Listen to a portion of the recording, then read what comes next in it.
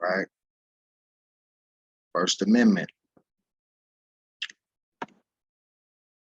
Congress shall make no law respecting an establishment of religion or prohibiting the free exercise thereof, or abridging the freedom of speech, or of the press, or the right of the people peacefully to assemble and to petition the government for a redress of grievances. So that's the First Amendment. So let's analyze the First Amendment and the language in the First Amendment. Religion, and all these definitions, once again, are law definitions. Religion, man's relation to divinity, a reference, a reverence, worship, obedience, and submission to mandates and precepts of the supernatural or superior beings. In its broadest sense, includes all forms of belief in the existence of superior beings, exercising power over human beings by volition, imposing rules of conduct with future rewards and punishment. Case law, McCaster versus State.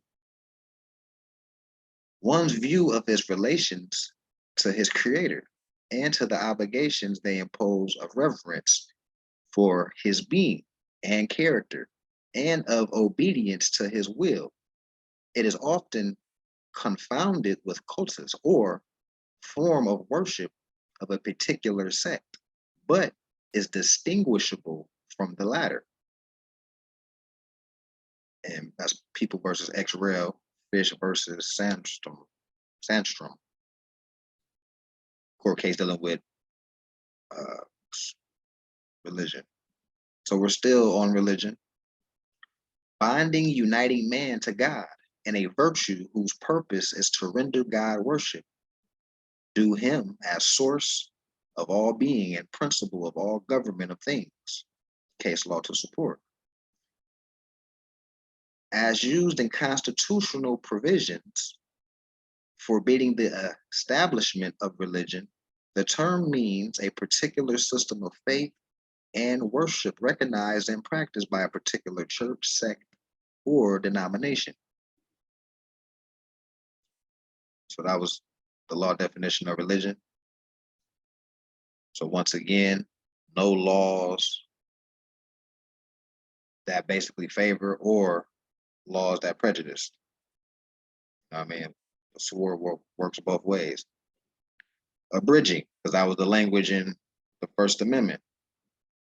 Abridging or abridge, or with the suffix abridging, to reduce or contract, usually spoken of written language. In practice, to shorten a declaration or count by taking away or serving some of the substance of it. Case law to support that. Scroll up here. Freedom, because that was the language in the First Amendment. Law definition of freedom. The state of being free. Liberty. Self-determination. The state of being free. Liberty. Self-determination. And self-determination is the same language in the rights of indigenous people, by the way. Absence of restraint, the opposite of slavery. The power of acting in the character of a moral personality according to the dictates of the will, without other check, hindrance, or prohibition. So you just literally free to be who you aspire to be. Then such as may be imposed by just and necessary laws and the duties of social life, the prevalence in the government and the constitution of a country of such a system of laws and institutions as secure civil liberty to the individual citizen. Law definition of petition, because that was the language in the First Amendment. Petition, law definition of petition. a written address embodying an application or prayer from the person or persons preferring it to the power, body, or person to whom it is presented for the exercise of his or their authority in the redress of some wrong or the grant of some favor, privilege, or license. Anderson versus Hildebrand and others. In practice, an application made to court ex parte or where there are no parties in opposition, praying for the exercise of the judicial powers of the court in relation to some matter which is not the subject for a suit or action, or for authority to do some act which requires the sanction of the court, as for the appointment of a guardian, to leave to sell trust property, etc. The word petition is generally used in judicial proceedings to describe an application in writing, in contradistinction to a motion, which may be viva voce, and that's a case law. The principal distinction between motions and petitions lie in the fact that motions, though usually made in writing, may sometimes be made orally, while a petition is always in writing. So also, motions can usually be made only by a party to the record, while petitions may in some cases be presented by persons not parties. Case law Gibbs versus Ewing. In the practice of some of the states, the word petition is adopted as the name of the initiatory pleading in an action which is elsewhere called a declaration or complaint. In equity practice, an application in writing for an order of the court stating the circumstances upon which it is founded, a proceeding resorted to whenever the nature of the application to the court requires a fuller statement than can be conveniently made in a notice of motion. So we're seeing the distinguishment between petition and what? A motion. All right. So the law term government, that was the language in the First Amendment. Law definition of government. Government, from the Latin, gubernaculum. If anybody doesn't know what that word means, the root word is gubernator. And when you look up, and actually, okay, I see it down here too, it's going to end up saying gubernator. But gubernator or helmsman just means one who governs or the ruler in Islam, okay? So FYI, helmsman is a person who steers the ship. So when I continue reading right now, you're going to hear me say the word helmsman. Just know that's a person who steers the ship, and look it up for yourself. Don't believe me. Gubernator, one who governs, also a ruler. So I'm gonna continue. Everybody, please mute until you have something to say. Islam. Law definition of government. From the Latin gubernaculum, signifies the instrument, the helm whereby the ship to which the state was compared was guided on its course by the gubernator or helmsman. And in that view, the government is but an agency of the state, distinguished as it must be in the accurate thought from its scheme and machinery of government, right? So it's organization. They're looking at, the state as a ship, the state body, right? It has a gubernator and a helmsman. The system of polity in a state. Anybody does not know what polity means? Polity is an organized society or a state as a political entity. Don't believe me? Look it up. So once again, a system of polity in a state that form of fundamental rules and principles by which a nation or state is governed, or by which individual members of a body politic are to regulate their social actions. A constitution, either written or unwritten, by which the rights and duties of citizens and public officers are prescribed and defined as a monarchical government, a republican government, etc. So we're still reading the definition of government. Hope things are popping out. Continuing with government, an empire, kingdom, state, or independent political community, as in the phrase compacts between independent governments, the sovereign or supreme power in a state or nation. The machinery by which the sovereign power in a state expresses its will and exercises its functions, or the framework of political institutions, departments, and offices by means of which the executive, judicial, legislative, and administrative business of the state is carried on. The whole class or body of office holders or functionaries considered in the aggregate upon whom dissolves the executive, judicial, legislative, and administrative business of the state. Stokes versus the United States.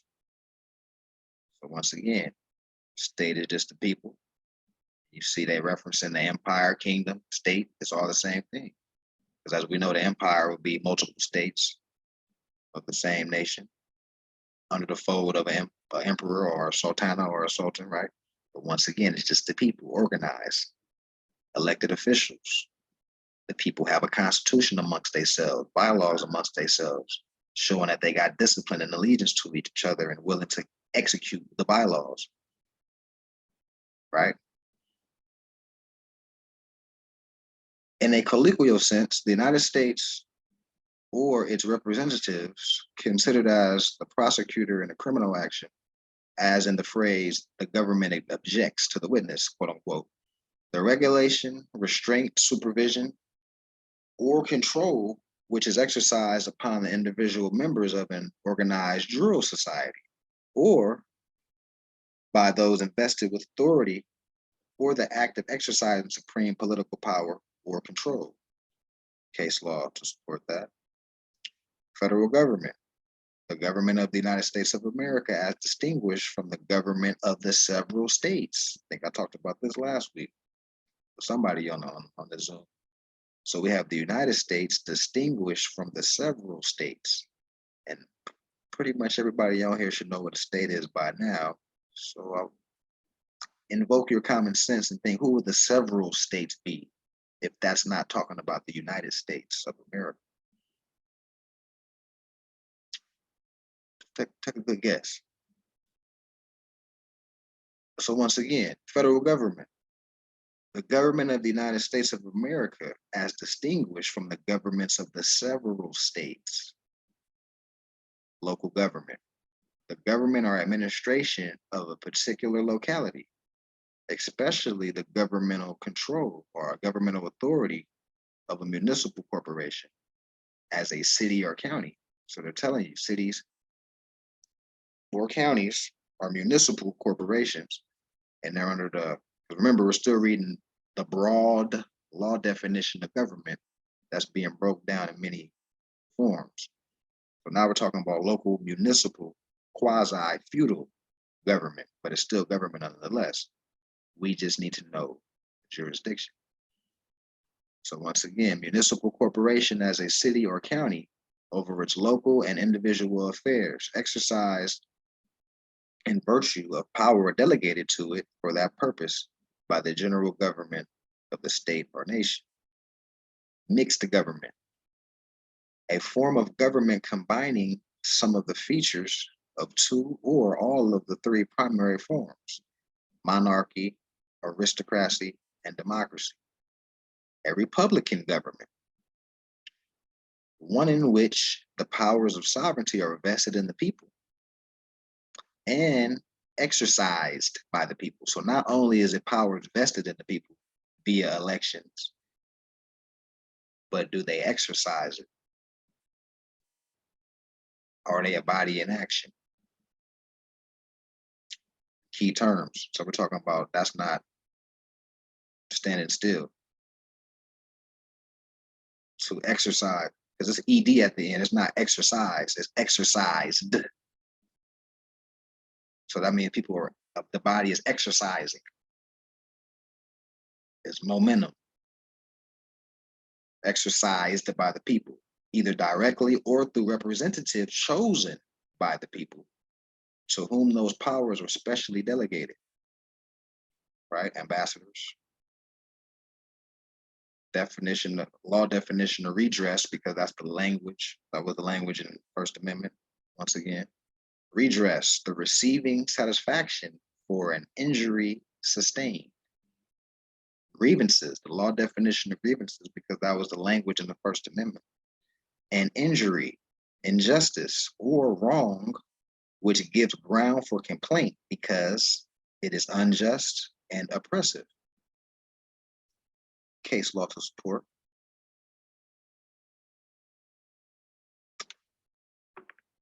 For reinforcement purposes, reminder notes. State, a people permanently occupying a fixed territory bound together by common law, habits, and customs into one body politic, exercising through the medium of an organized government, independent sovereignty and control over all persons and things within its boundaries, capable of making war and peace, and entering into international relations with other communities of the globe. Reference from Black's Law Dictionary, 4th edition. Parties to the Constitution. Party 1, Moors. Party 2, the Union, United States of America, who are the European peoples adopted into the nation. Once again, status. The etymology of the word state comes from the Latin status, or stare, to stand. Status, manner of standing, attitude, position, carriage, manner, dress, apparel, and other senses. So are you reading this? So they're saying the way you dress and carry yourself, your apparel, determine your status as well. That's physical plane. Mental plane will be what you know. Competency, which distinguishes a minority from a national. But now we're talking about the physical plane, because as above, so below, as within, so without. The way you dress and your apparel determines your status. Back to the ball cap, white tee, sagging, chucks, and all that. What status you think that is? Right? Invoke your mind. All legislative powers herein granted shall be vested in a Congress of the United States, Moors, which shall consist, stands together with, of a Senate and a House of Representatives, members elected from the Union States. Once again, the 3 departments of government, legislative, passes the law. This is appropriate if you comprehend that the Moors make up the United States, and only the sovereigns of the land can make any laws. Executive, approve and execute the laws that have been passed, and judicial, expound and enforce the laws that have been passed. Scroll up. Supreme laws for review. First Amendment. Congress shall make no laws respecting an establishment of religion. Once again, this is the First Amendment we're reading. Congress shall make no law respecting an establishment of religion or prohibiting the exercise thereof. So you can't prohibit the exercise of the religion either. And to petition the government for redress and grievances. We just went over the definition of redress and grievances, the law definitions. The establishment of religion, clause of the First Amendment, means at least this: neither a state nor the federal government can set up a church. Neither can pass laws which aid one religion aid all religions or prefer one religion over the other. Neither can force nor influence a person to go to or to remain away from church against his will, or force him to profess a belief or disbelief in any religion. Everson, Everson versus Board of Education, 1947, United States Supreme Court case to correspond that fact. The miracles of the New Testament, the divinity of Christ, life after death, the power of prayer are deep in the religious convictions of many. If one could be sent to jail because a jury in a hostile environment found those teachings false, little indeed would be left of religious freedom, right? Because the jury could be whatever, majority Christian, majority Latter-day Saints, whatever. They would understand might be saying something that's against the jury's beliefs. Now you have a bias. Military Service Act, which exempted from subjugation to the draft regular or duly ordained ministers of religion and theological students, as well as other members of religious sects, as enumerated, whose tenets included the moral right to engage in war, was constitutional. And that court case was Arver versus the United States, a 1918 United States Supreme Court case.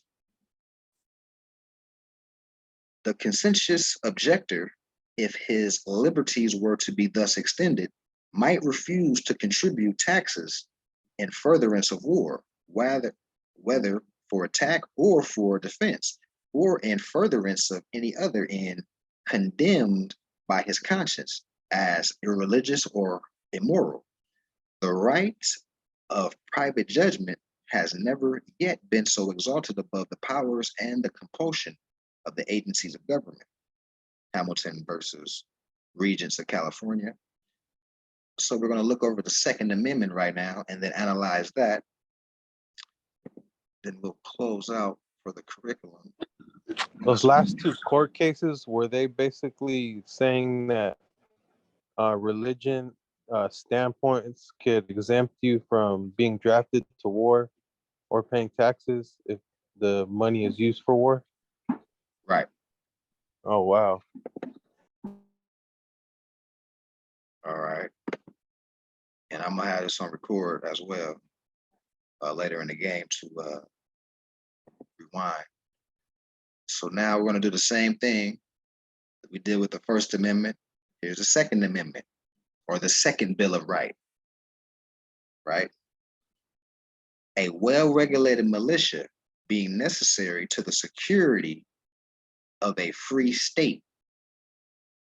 The right of the people to keep and bear arms shall not be infringed. So let's analyze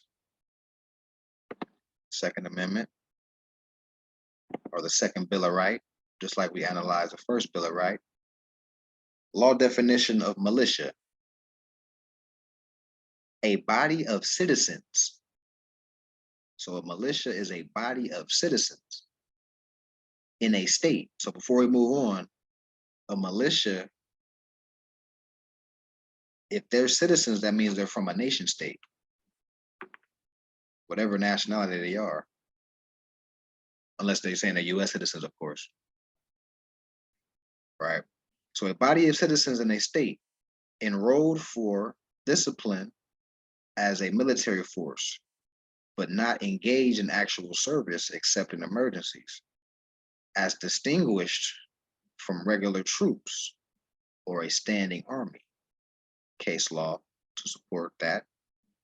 Law definition of keep, because that was the language in the Second Amendment, right? Keep and bear, right?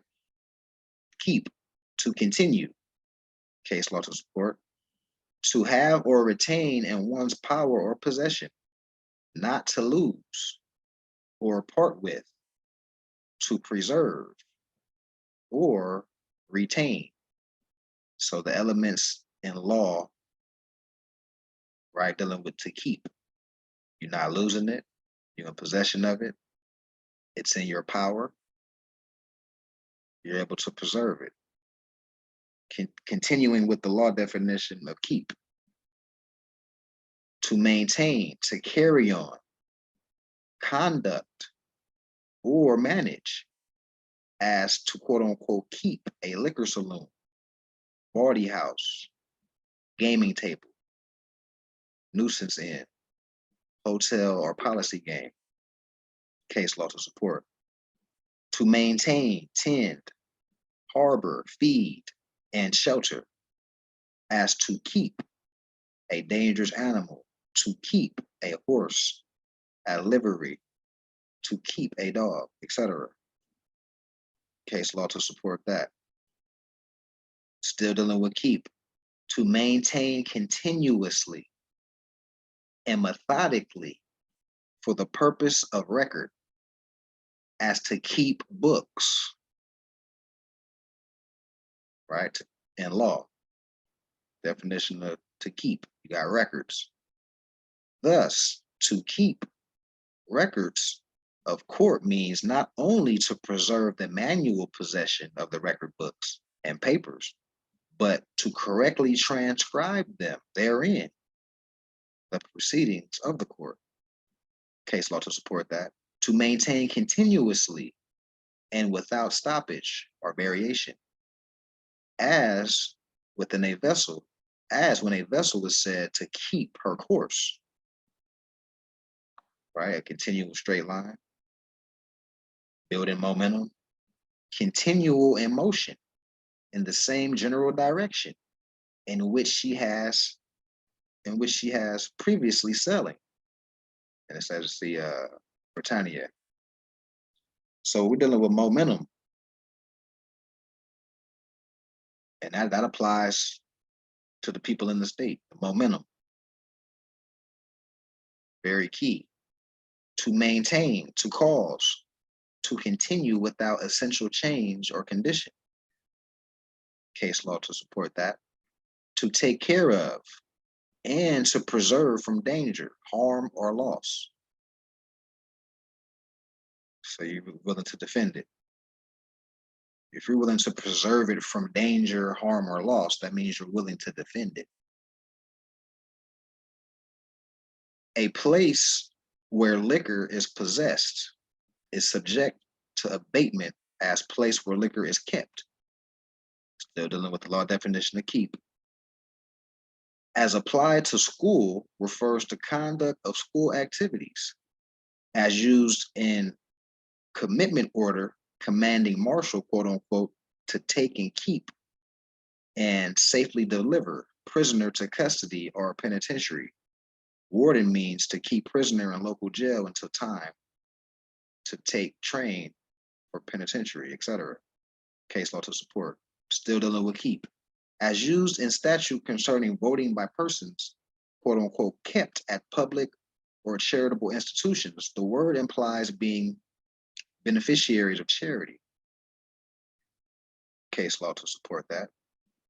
As used in statute declaring it unlawful to keep a gaming house implies duration. Right? Case law to support that. As used in statute, that vehicle shall keep to the right of center of road or highway means that drivers should get on the right side of highway as quickly as possible and remain there.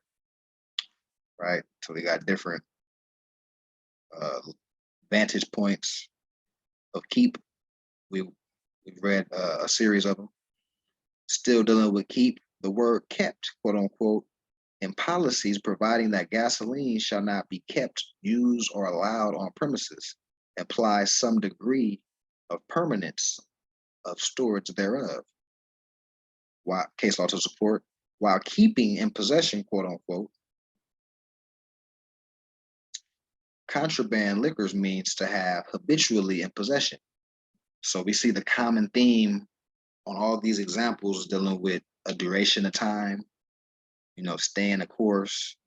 These are all the commonalities that I'm seeing, right? Consistent, because that's going to show the intent. Within statutory provision defining common nuance, the word means kept for sale or barter or other commercial purposes. Case law to support. Within statute relating to slot machine for gaming means holding the machine in readiness for purpose of obtaining betters or for gaming. Case law to support. So now we're transitioning to the law definition of bear. Once again, second Bill of Rights, Second Amendment language was what? We went through militia, keep, now we're dealing with bear. To support, sustain, or carry, to give rise to, or to produce something else as an incident of auxiliary. Case law to support, to render, to manage, or direct, or to conduct, to carry on, or maintain, to be answerable for, and to defray. Case law to support that. Now we're dealing with the law definition of bear arms. To carry arms as weapons and with reference to their military use, not to wear them about the person as part of the dress. Case law, as applied to firearms, includes the right to load and shoot them, and to use them as such things are generally used. So they're saying, and distinguished from the weapon, as applied to firearms, includes the right to load and shoot them, and to use them as such things are generally used. Like we generally use a spoon, a fork, a car, right? Arms, law definition of arms. Anything that a man wears for his defense, or takes in his hands, or uses in his anger to cast at or strike at another. Case law to support. Arms or coat of arms signifies insignia or signs of honor, such as were formerly assumed by soldiers of fortune and painted on their shields to distinguish them, or nearly the same as memorial bearings. So now we're transitioning to infringed or infringement, because that was the language in the Second Amendment, Second Bill of Rights. Shall not be infringed. The right to bear arms to secure a free state shall not be infringed, right?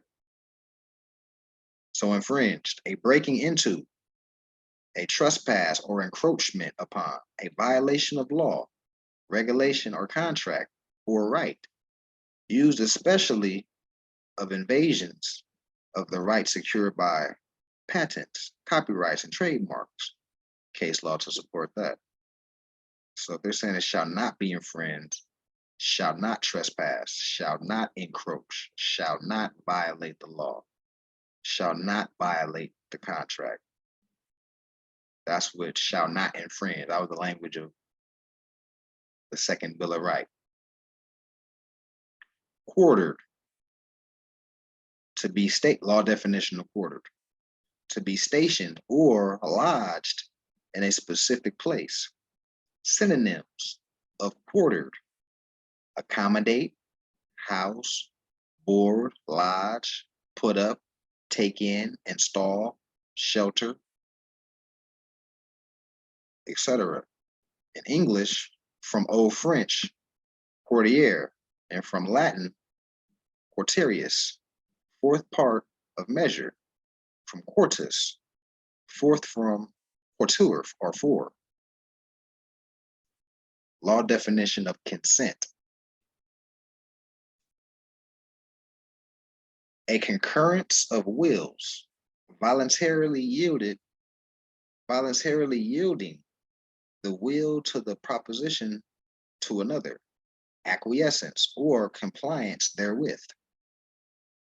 Agreement, the act or result of coming into harmony or accord. Consent is an action of reason, accompanied with deliberation, the mind weighing as in a balance the good or evil on each side. That's heavy right there. It means voluntary agreement by a person in the possession and exercise of sufficient mentality to make an intelligent choice to do something proposed by another. Case law to support. It supposes a physical power to act, a moral power of acting, and a serious, determined, and free use of these powers. Consent is implied in every agreement. It is an act unclouded by fraud. It is an act unclouded by fraud. So consent is an act unclouded by fraud, duress, or sometimes even mistake. Case law to support that, Haynes versus Wright. There is a difference between consenting and submitting. Every consent involves a submission, but a mere submission does not necessarily involve consent. Because one could submit due to fraud, or you surrounded, by a bunch of crooks or whatever. And you like you want to get shot and die or whatever, so you're gonna do whatever. But that's not saying you consent though. Consent is an active acquiescence as distinguished from assent, meaning silent acquiescence. Case law. Consent means an active circumstance of concurrence. Assent is a passive act of concurrence before an other does the act charged, but the two terms may be used interchangeably. Consent is sometimes synonymous merely with waiver. As used in the law of rape, consent means consent of the will, and submission under the influence of fear or terror cannot amount to real consent. There must be an exercise of intelligence based on knowledge of its significance and moral quality, and there must be a choice between resistance and assent.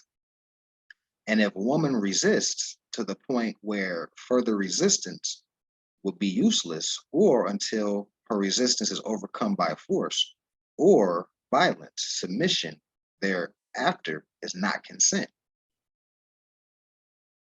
right? Because it's against the person's will. Submission distinguished from consent. Law definition of prescribed: to assert a right or title to the enjoyment of a thing on the ground of having hitherto had the uninterrupted and immemorial enjoyment of it, to lay down authoritatively as a guide, direction, or rule, to impose as a peremptory order, to dictate, to point, to direct, to give as a guide, direction, or rule of action, to give law. Case law to support that. To direct, define, mark out.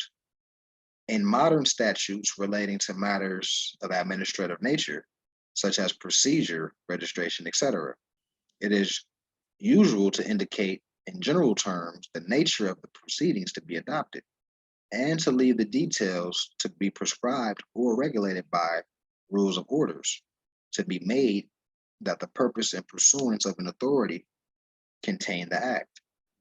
Case law to support. In a medical sense, prescribe means to direct, designate, or order use of a remedy, right? Like a prescription. So as we close out, we're going to ask ourselves these questions and be honest. First question. When I say be honest, like, do you know how to answer the question? When I say be honest with yourself. Question 1, what is the purpose of the militia? Question 2, in the second Bill of Rights, what do the people have the right to? Question 3, can anyone violate the liberty of the people to engage in the second Bill of Rights? Question 4, whose consent must be first be obtained in order for soldiers to be in any house? Question 5. Where would the law have to first be prescribed in order to alter the Third Bill of Rights? Group discussion. In which of the 7 articles of the Organic American Constitution for 1791 does it specify just who can make a call to war? And we'll close out right there. Close the recording.